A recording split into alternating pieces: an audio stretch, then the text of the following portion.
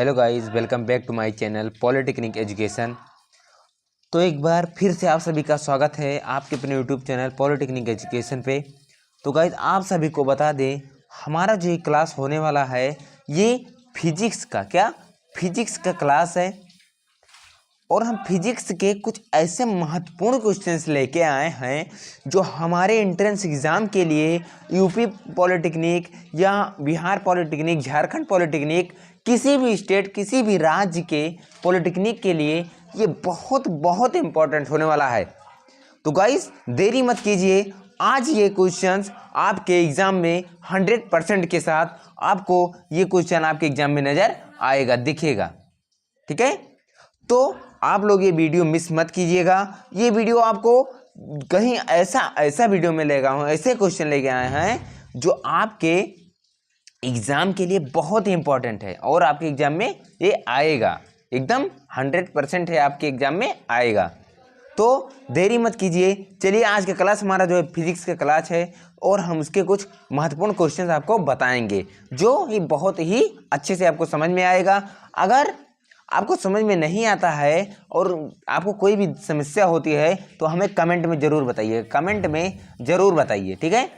और आपको UP polytechnic या के एंट्रेंस एग्ज़ाम के आपको प्रिपरेशन करना है तो हमारे चैनल पे सब फिजिक्स के, केमिस्ट्री के, मैथ के, तीनों सब्जेक्ट के आपके क्वेश्चंस, आपको बढ़िया क्वेश्चन, अच्छे क्वेश्चंस आपको मिलेंगे जो आपके लिए, आपके एग्ज़ाम के आगामी परीक्षा के लिए आपको बहुत ही सहयोग देगा। ठीक है, तो चलिए आज का क्लास हम स्टार्ट करते हैं। तो आज के क्लास का जो हमारा पहला क्वेश्चन रहेगा वो क्या है, कैसा है, आपको हम आपके सामने आया है। आपके सामने पहला क्वेश्चन बहुत ही इंपॉर्टेंट क्वेश्चन है। ये हमारे एग्जाम के लिए बहुत ही इंपॉर्टेंट क्वेश्चन है। हमारे एग्जाम में कई बार पूछा गया है, 2021 में पूछा गया है, 23 में पूछा गया है, उसके बाद 2019 में भी पूछा गया है और ऐसे क्वेश्चन ये कई बार क्वेश्चंस आए हैं आपके एग्जाम में। तो ये क्या है, आपके लिए बहुत ही इंपॉर्टेंट होने वाला है। क्या लिखा हुआ है यहाँ पे, कह रहा है पानी से भरी बोतल में दाब अधिकतम होता है। पानी से भरी बोतल में दाब अधिकतम होता है। ठीक है, कह रहा है पानी से भरी बोतल में दाब अधिकतम होता है। किस में होता है? ऑप्शन ए दिया है बोतल में ऊपरी सतह पर, ऑप्शन बी बोतल में मध्य में, ऑप्शन सी पहले ऊपर फिर मध्य में, ऑप्शन डी बोतल की पेंदी पर। तो पानी से भरी बोतल में दाब अधिकतम कहाँ पर होता है? सबसे ऊपर होगा या मध्य में होगा या एकदम नीचे होगा, पेंदी में होगा। तो जो हमारा दाब होगा वो सबसे अधिकतम कहाँ होगा? उसके पेंदी में होगा। किस में होगा? उसके पेंदी में होगा। तो इसका राइट आंसर क्या हो जाएगा? ऑप्शन नंबर डी, बोतल की पेंदी पर पानी से भरी बोतल का दाब अधिकतम होगा। ठीक है, नेक्स्ट क्वेश्चन क्या है? अगला क्वेश्चन हमारा है सेकंड नंबर क्वेश्चन क्या कह रहा है? ये भी क्वेश्चन आपके लिए बहुत इंपॉर्टेंट है। ये भी क्वेश्चन कई बार 2020, 19, 18 और 2012 में भी ये क्वेश्चन पूछे गए हैं। तो इतने में क्वेश्चन पूछे गए हैं तो क्यों इंपॉर्टेंट हो सकता है ना। जब पूछे गए हैं आपके इतने परीक्षा, इतनी बार, इतने ईयर में, हर साल, मतलब 19 भी लगातार, 19, 18, 19, 20 लगातार 3 साल पूछे गए हैं 12 में। तो ये क्वेश्चन आपके लिए इंपॉर्टेंट है। ठीक है, तो फिर क्या कह रहा है क्वेश्चन? किसी द्रव में डूबी कोई वस्तु अपने भार से हल्की प्रतीत होती है, इसका कारण क्या हो सकता है? कोई द्रव में डूबी कोई डूबी वस्तु अपने भार से हल्की होती है। अपने भार से वो हल्की, जैसे मान लीजिए 50 है तो ये 10 हो जाएगा, 40 हो जाएगा, 30 हो जाएगा, इतना हो जाएगा। ठीक है, 50 किलो है तो वो कितना प्रतीत होगी? 10। ठीक है, तो इसका कारण क्या हो सकता है? ऑप्शन ए दिया आपको उत्प्लावन बल, ऑप्शन बी द्रव का दाब, ऑप्शन सी वस्तु का भार, ऑप्शन डी इनमें से कोई नहीं। तो जो हमारा इसका आंसर क्या होगा? इसका आंसर क्या हो सकता है? किसी द्रव में डूबी कोई वस्तु अपने भार से हल्की प्रतीत होती है, इसका कारण क्या है? इसका कारण है उत्प्लावन बल के कारण। क्या? उत्प्लावन बल के कारण कोई भी वस्तु डूबी हुई हल्की प्रतीत होती है। कोई भी वस्तु डूबी कोई वस्तु अपने भार से हल्की प्रतीत होती है, इसका कारण है उत्प्लावन बल। तो इसका राइट आंसर क्या होगा? ऑप्शन नंबर बी, उत्प्लावन बल। नेक्स्ट क्वेश्चन क्या है हमारा? नेक्स्ट क्वेश्चन क्या कह रहा है?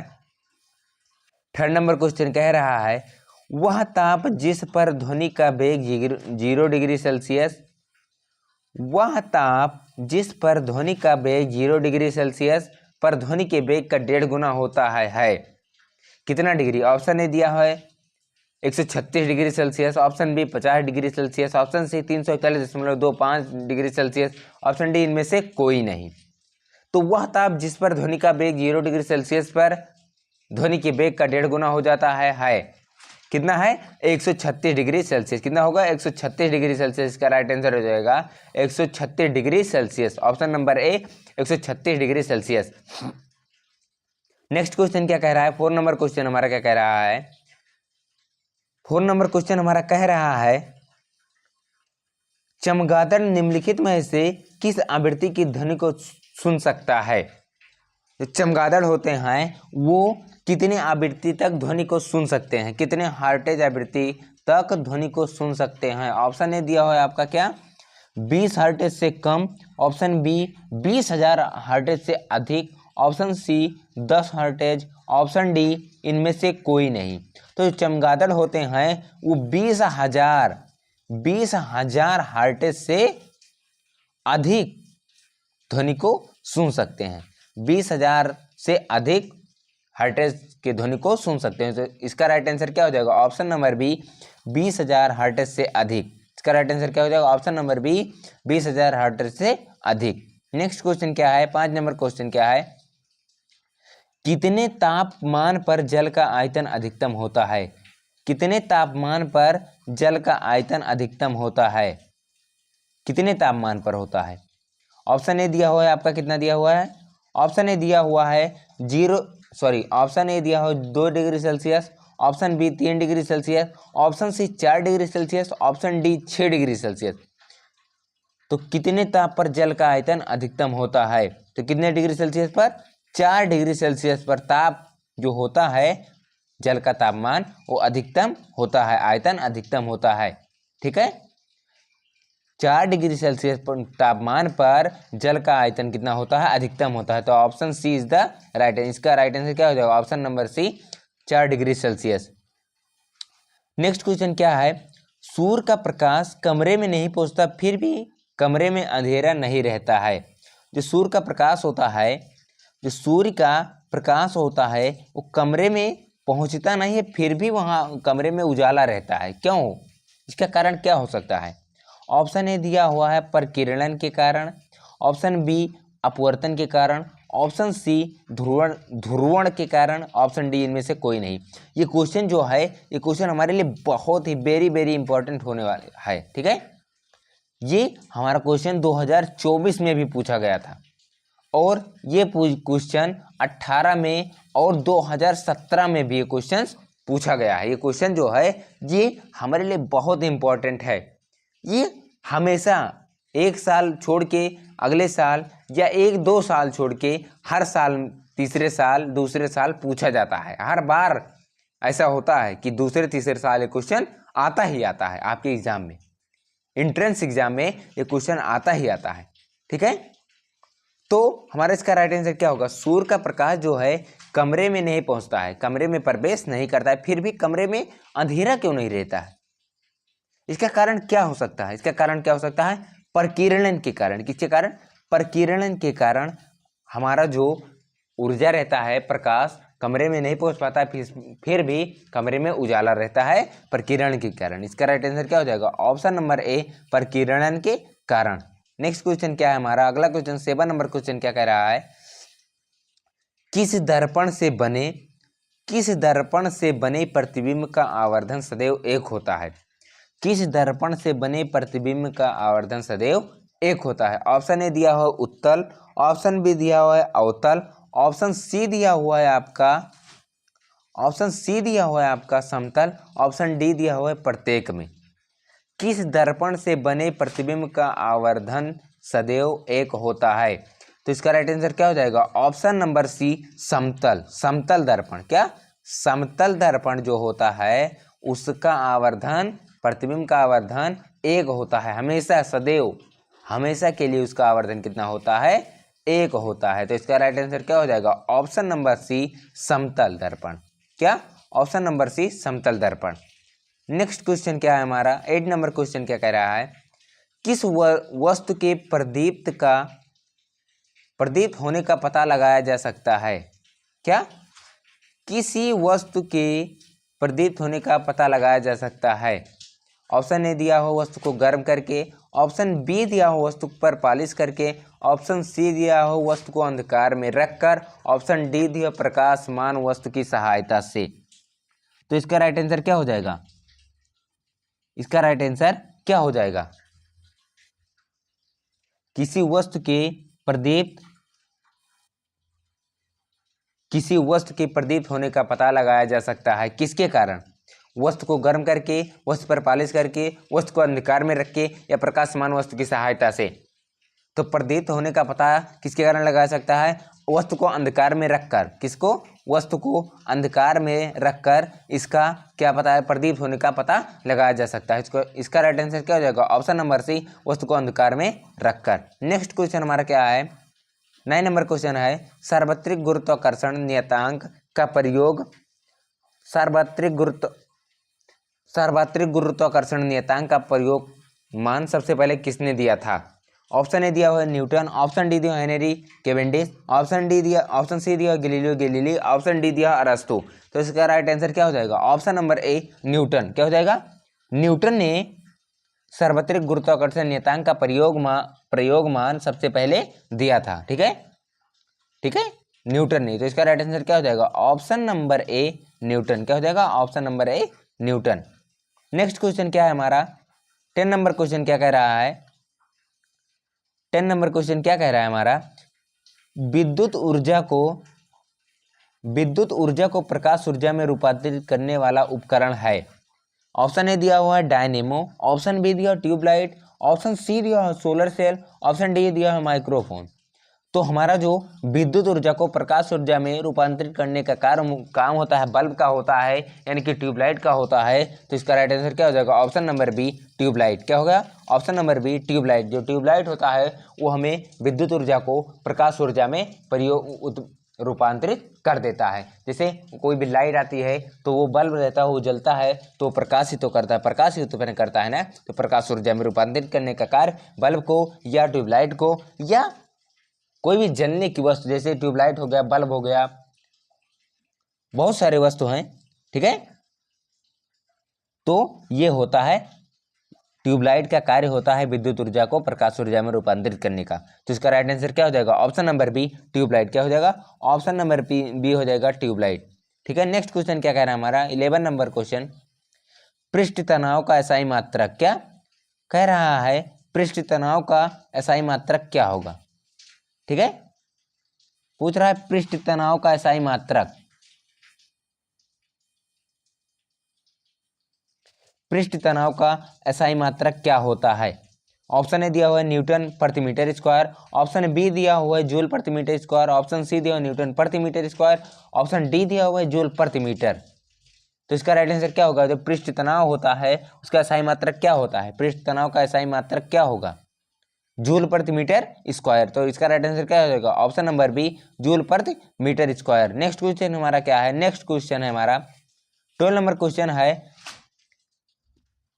12 नंबर क्वेश्चन क्या कह रहा है, घुलनशील नमक मिलाने पर जल का पृष्ठ तनाव हो जाता है, बढ़ जाता है, घट जाता है, वही रहता है, या कोई परिवर्तन नहीं होता है।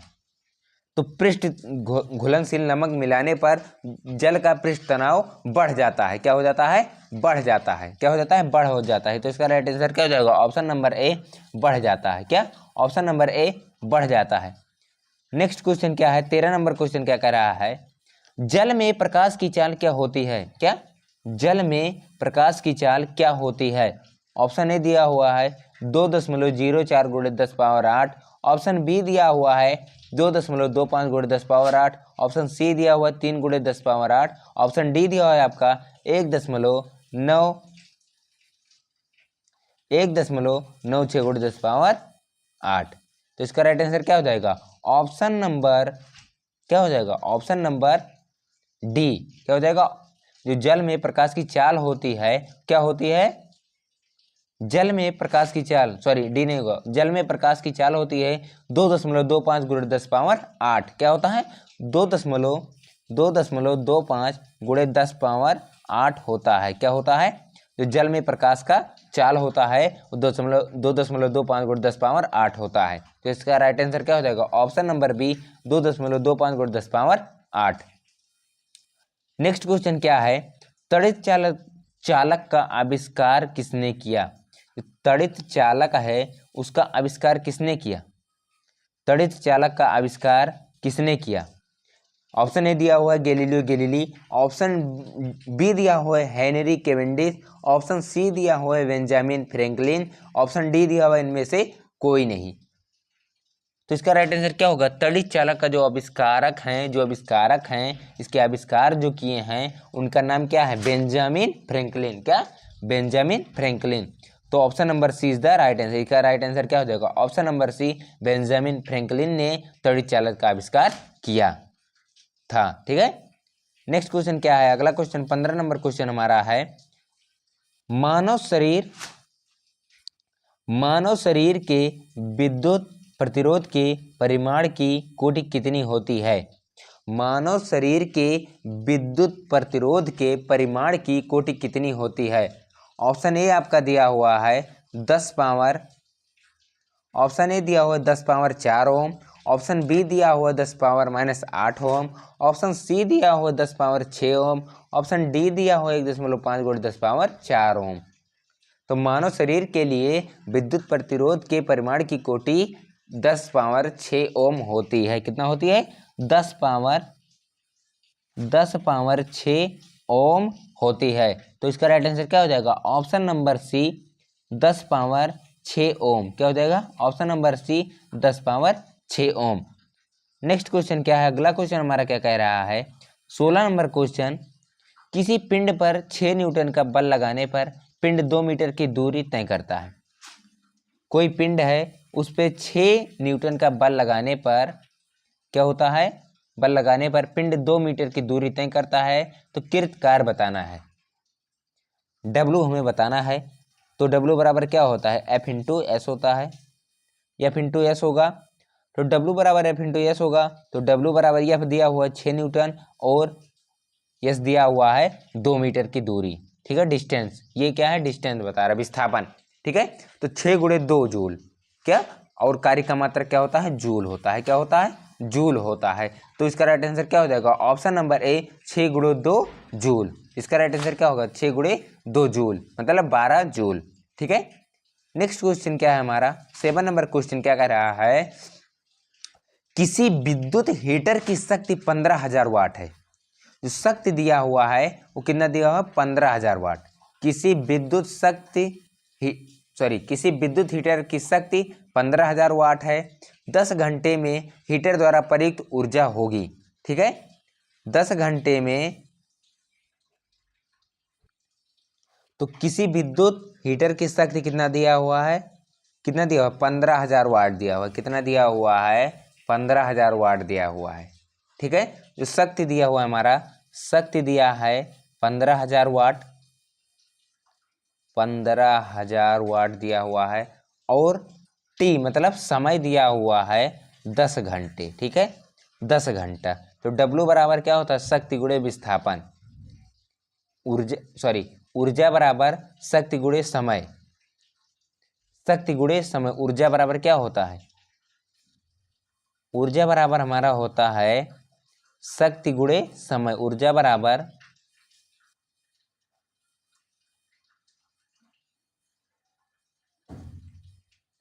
शक्ति गुणे समय।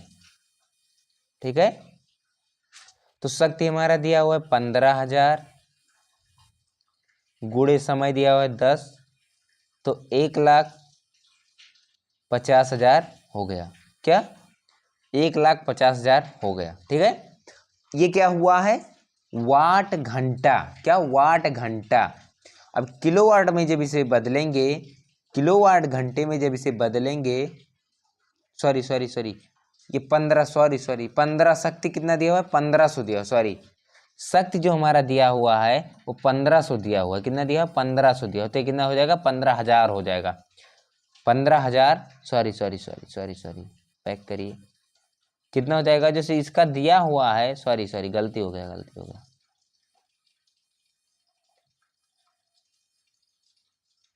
शक्ति कितना दिया हुआ है, 1500 दिया हुआ है। कितना दिया, 1500 शक्ति दिया है। और समय टी दिया है, जो समय दिया हुआ है क्या दिया हुआ है, 10 घंटा। कितना दिया हुआ, 10 घंटे। तो ऊर्जा बराबर क्या होता है, तो ऊर्जा में निकाल रहा है, ऊर्जा बराबर शक्ति गुणे समय, शक्ति गुणे समय हो जाएगा, शक्ति गुणे समय हो जाएगा, ऊर्जा बराबर। अब शक्ति कितना दिया हुआ है, 1500, कितना दिया हुआ है, 1500 दिया हुआ है, गुणे समय 10 दिया हुआ है, तो कितना हो जाएगा, 15,000। कितना हो जाएगा, 15,000 हो जाएगा। ऊर्जा जो है 15,000 वाट घंटा, मतलब आवर हो जाएगा। ठीक है, इसके बाद अब इसे हम ऊर्जा को किस में रूपांतरित करेंगे, किलोवाट घंटा। ऊर्जा को जो उसका मात्रक होता है किलोवाट घंटा होता है, तो किलोवाट में जब बदलेंगे तो 1000 से क्या करेंगे, भाग करेंगे। ठीक है, 1000 से भाग करेंगे तो 15 किलोवाट घंटा, यानी कि 15 यूनिट। किलोवाट घंटा को क्या कर लिख सकते हैं हम, यूनिट के रूप में भी लिख सकते हैं। तो इसका राइट आंसर क्या हो जाएगा, ऑप्शन नंबर डी, 15 यूनिट। क्या हो जाएगा, option number D, 15 unit. Next question क्या है हमारा, विराम अवस्था में यम द्रव्यमान के पिंड में संचित ऊर्जा क्या होती है। विराम अवस्था में, ठीक है, विराम अवस्था में यम द्रव्यमान के पिंड में संचित ऊर्जा क्या होगी, ऊर्जा जो होगी क्या होगी, यम द्रव्यमान कहा है, ऊर्जा बराबर क्या होता है, शक्ति गुणे समय,